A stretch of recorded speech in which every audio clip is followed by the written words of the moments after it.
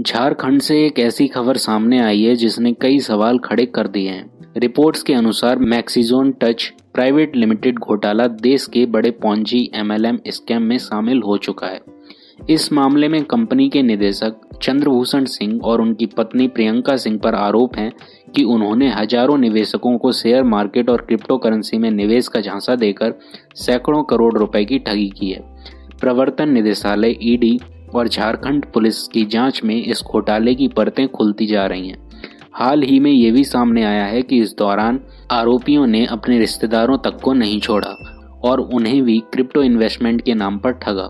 वहीं देखा जाए तो भारत में क्रिप्टो का गलत उपयोग लगातार बढ़ रहा है। पैसे कमाने के लालच में लोग यहाँ तक कि अपने रिश्तेदारों को भी नहीं छोड़ रहे हैं। 100x प्रॉफिट का झांसा देकर लालच में निवेशकों को बेवकूफ़ बनाकर ठगी के मामले लगातार सामने आ रहे हैं। अभी हाल ही में कुछ रिपोर्ट्स में ये भी सामने आया था कि हरीश अली ने सोशल मीडिया और एनक्रिप्टेड प्लेटफॉर्म्स पर फर्जी नामों से ग्रुप चलाकर युवाओं और कट्टरपंथ की ओर प्रभावित करने की कोशिश की थी, जिसमें क्रिप्टो का गलत इस्तेमाल भी किया गया था।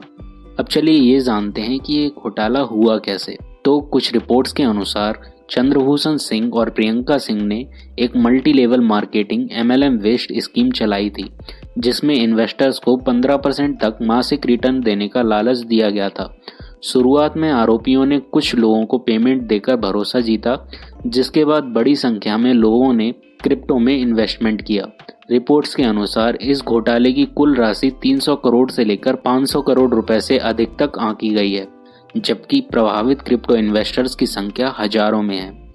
इस दौरान क्रिप्टो इन्वेस्टर्स का पैसा 20 से अधिक बैंक खातों में ट्रांसफर किया गया।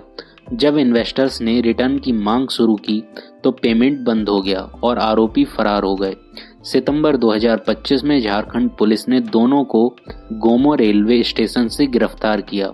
इसके बाद दिसंबर 2025 में ईडी ने मनी लॉन्ड्रिंग पीएमएलए के तहत कार्यवाही करते हुए उन्हें अपनी हिरासत में लिया।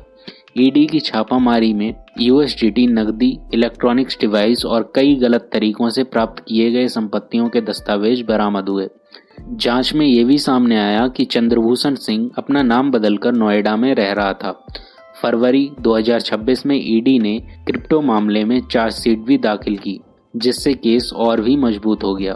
क्रिप्टो से जुड़े इस पूरे मामले का सबसे चौंकाने वाला पहलू ये है कि फरार रहने के दौरान भी चंद्रभूषण सिंह ने ठगी का सिलसिला जारी रखा। जांच में ये भी सामने आया कि उसने अपनी ही चचेरी सास सहित करीबी लोगों को क्रिप्टो में इन्वेस्टमेंट के नाम पर फंसाया। उसने अपनी चचेरी सास को लगभग 9000 यूएसडीटी इन्वेस्टमेंट करने के लिए राजी किया। इसके बाद हर महीने 20% मुनाफे देने का वादा किया। भरोसा दिलाने के लिए आरोपी ने 15 महीनों के लिए पोस्ट डेटेड चेक भी दिए। ईडी को इस क्रिप्टो इन्वेस्टमेंट से जुड़ा एक लिखित समझौता भी मिला है, जिससे इस धोखाधड़ी की पुष्टि भी होती है। इसी तरह एक अन्य महिला से भी समान शर्तों पर इन्वेस्टमेंट कराया गया।